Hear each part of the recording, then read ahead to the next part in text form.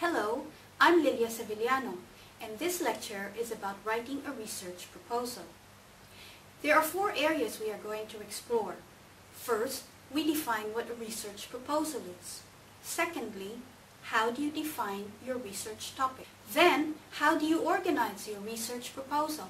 And finally, how do you write a good research proposal?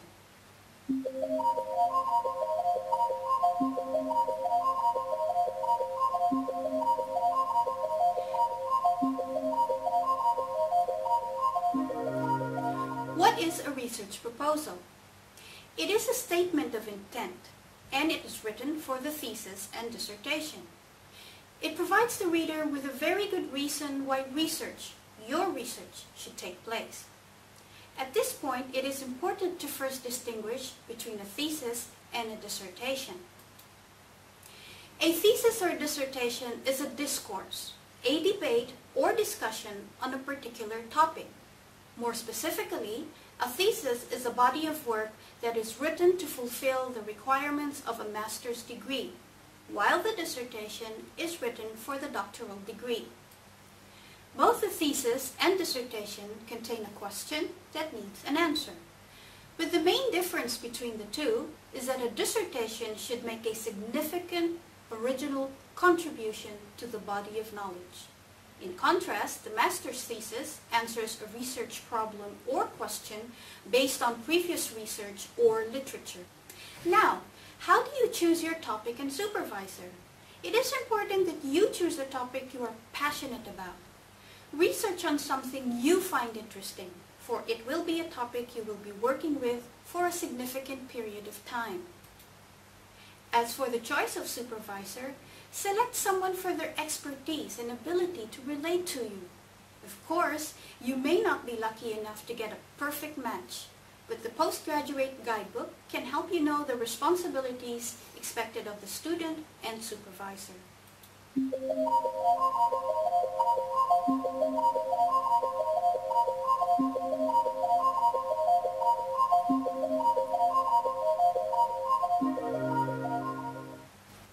Once you have a definite topic in mind, the next step is organizing your research proposal. The basic sections in a research proposal are the following: title of study, introduction, significance of research, the literature review, methodology, which includes the research design and data analysis, expected results, ethical statements, time frame or plan, and budget. And finally, your primary references. Let's look at the title of your study. Your title must give the reader a sense of what you are examining. In other words, it must clearly indicate your topic and encapsulate what you are doing. However, do not make it too general or too long. It should be no more than 15 words and should be catchy and attention-grabbing. The introduction introduces the reader to the topic in question and usually begins with a brief historical overview of the topic. The introduction outlines the general field of interest and shows how your chosen topic fits within it. This section should indicate why you are interested in the study. The significance of research discusses your main aim and the significance of your study. There are 2 elements you should present at this point. First is the purpose. What is the purpose or overall aim of your research? This should be clearly stated. If there are hypotheses, they should also be stated. You should indicate what objectives you expect to achieve through your study and what specific research questions will be addressed. The second element is the significance of your research. You should be able to show the reader why your research is important and what contribution will your study make to the field of knowledge. Furthermore, it is important to show what are the wider implications or uses of your study to the general body of knowledge. A very important section in the research proposal is the literature review. In most instances, this is written as a separate chapter. The literature review should discuss the relationship of your proposed research to other local and international researchers in the field. The literature review serves four main functions. First, it focuses on what has been done before. In other words, you are discussing what major research studies have previously been done, and then highlighting how your study will fill the current knowledge gap. Then, it outlines the instruments you will use in your study, and justifies why such instruments are used over others. Thirdly, it is essential that the literature review points out why it is necessary to conduct your research. And finally, it sets the boundaries for your studies. These are also known as delimitations. The section on methodology and research design discusses in detail how you will collect the data and conduct the research. That is, the method you will use.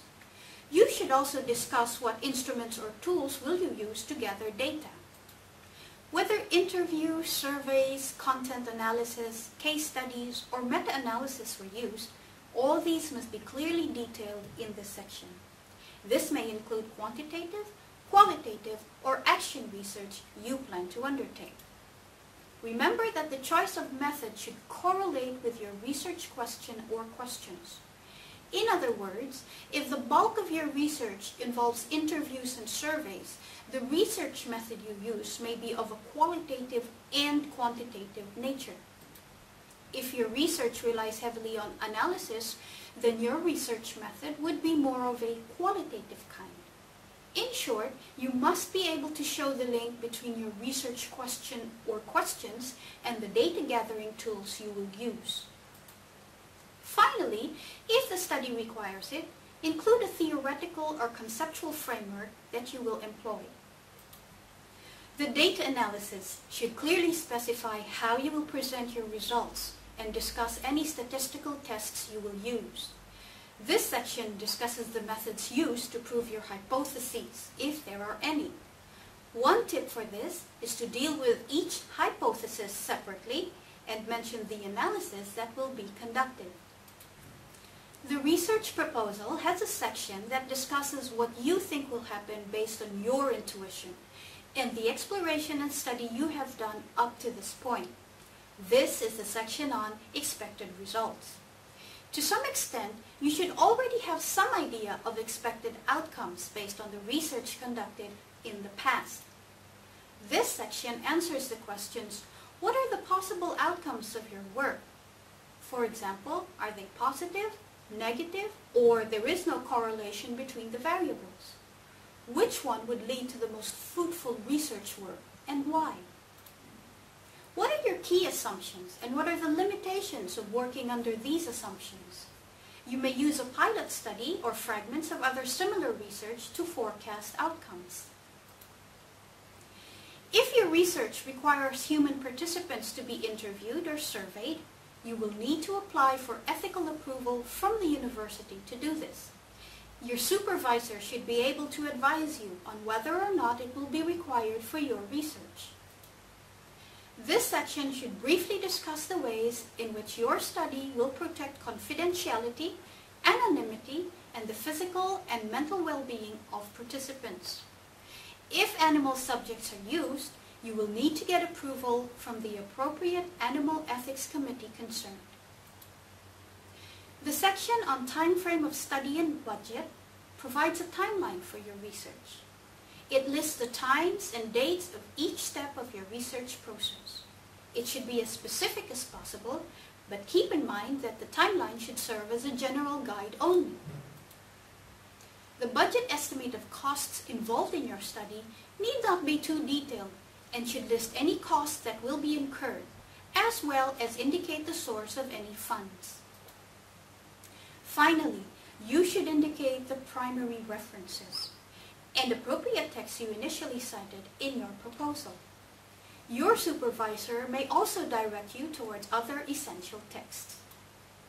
Never underestimate the value of a good reference list. It should reflect both search and research. This indicates that your research is an activity of finding out by doing.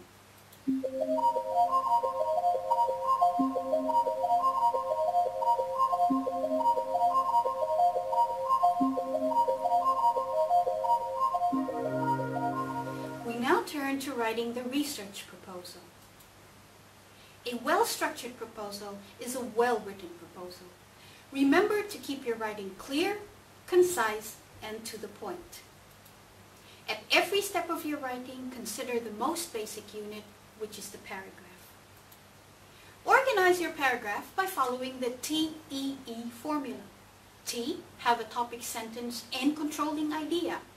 E, explain, elaborate, or define that idea. And the second E, provide evidence, examples, or illustrations. Avoid long paragraphs of 250 plus words. Remember another writing formula: one main idea to one paragraph. Furthermore, keep your sentences simple. One idea for every sentence. Let's look at this example. Research proposals, which are expressions of intent that the research should indeed take place, are not only structured, with about 10 elements contained therein. They are convincing as well as concise, rather than obscuring ideas amongst a plethora of excessive words and verbosity. Did you have difficulty understanding the sentence? How about rewriting it this way? Research proposals are expressions of intent that the research should take place. They are not only structured with about 10 sub-elements, they are convincing and concise. They should not obscure ideas with excessive words and verbosity. Finally, we come to saving your work. There are only two things to remember: save frequently and print multiple copies, and save multiple copies. The proposal is more than a plan. It provides the supervisor and subsequently the staff with the information on which they can approve and or suggest modifications to the research project. A highly explicit proposal, provided the research is properly conducted and clearly documented, ensures a higher possibility of the final thesis being accepted. In a good thesis, the following elements can be traced back to the proposal: a distinct contribution to knowledge, evidence of the discovery of new knowledge or the exercise of independent judgment, literary presentation, original work of merit worthy of publication, evidence of competence in independent research, understanding of concepts, issues, techniques, and methodology, and finally, critical use of published work and source materials. So what have we covered? We have looked at what a research proposal is. We have looked at how to define your topic, how to organize a research proposal, and finally, writing a research proposal. Good luck with writing your research proposal.